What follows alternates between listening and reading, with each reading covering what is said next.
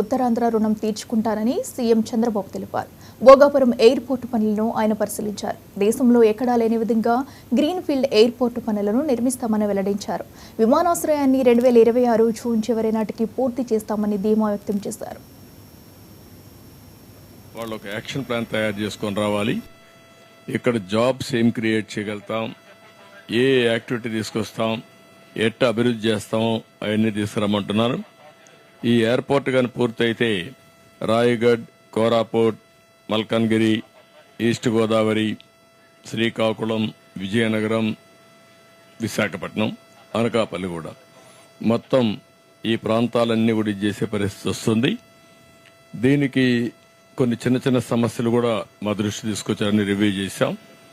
ఒకటి, national highway నుంచి straight గా కనెక్టివిటీ తీసుకోవడం 6 కిలోమీటర్లు వస్తుంది.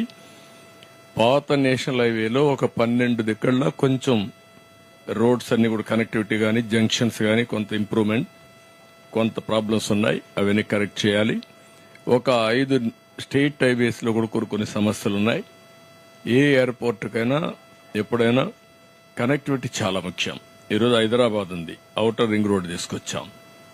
ఔటర్ రింగ్ రోడ్డు వల్ల ఎక్కడ బయలుదేరినా, విజయవాడలో బయలుదేరినా, మహబూబ్నగర్లో బయలుదేరినా, సిటీ నుంచి బయలుదేరినా, ఏ పార్ట్స్ ఆఫ్ ది సిటీలో బయలుదేరినా నేషనల్ హైవేకి ఎక్కి నేరుగా ఎయిర్పోర్ట్ రోడ్డుకు వచ్చేసే పరిస్థితి వస్తుంది. దీనికి కూడా ఆ విధంగా ఈ రోడ్స్ అన్ని పూర్తి చేయాలనుకుంటున్నాం. అన్ని పూర్తి చేస్తే ఈ ప్రాంతం ఒక ఎకనామిక్ హబ్ గా తయారవుతుంది.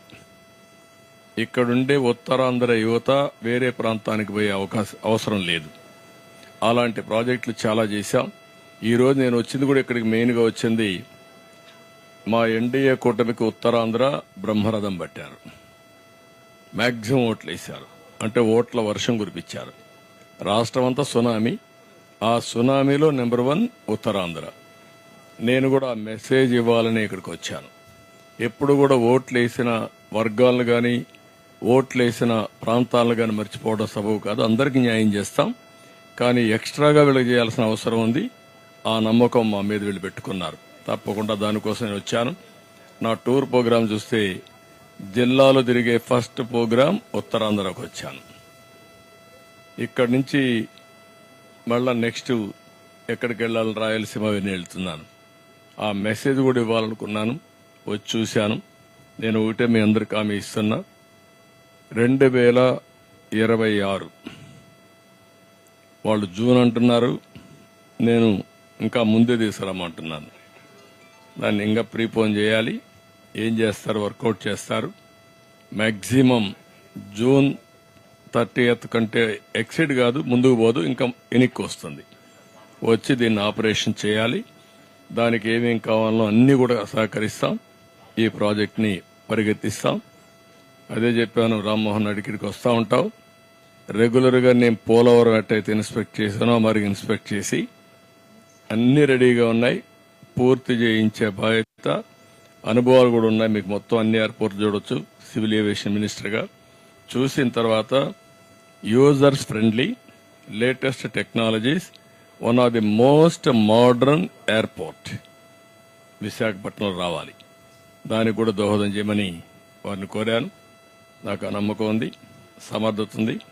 ఆయనకి అదే మరిగా ఫస్ట్ ఎయిర్పోర్ట్ నేను జిఎంఆర్కి ఇచ్చినప్పుడు చాలా టెస్ట్ చేశాను. వాళ్ళని ఒక 20-30 నమూనాలు తయారు చేయమన్నాను. తయారు చేసుకొచ్చారు. అక్కడి నుంచి దేశంలోనే గ్రీన్ఫీల్డ్ ఎయిర్పోర్ట్లు వచ్చాయి. హైదరాబాద్తో ప్రారంభమైన తర్వాత వీళ్లు గ్రో అయ్యారు, దేశం గ్రో అయింది, గ్రీన్ఫీల్డ్ ఎయిర్పోర్ట్స్ వచ్చాయి. ప్యాసింజర్స్ చాలా ఉపయోగపడింది. అభివృద్ధికి ఒక మూలంగా one of the main growth engine గా ఎయిర్పోర్ట్స్ డెవలప్మెంట్ కూడా తయారైంది.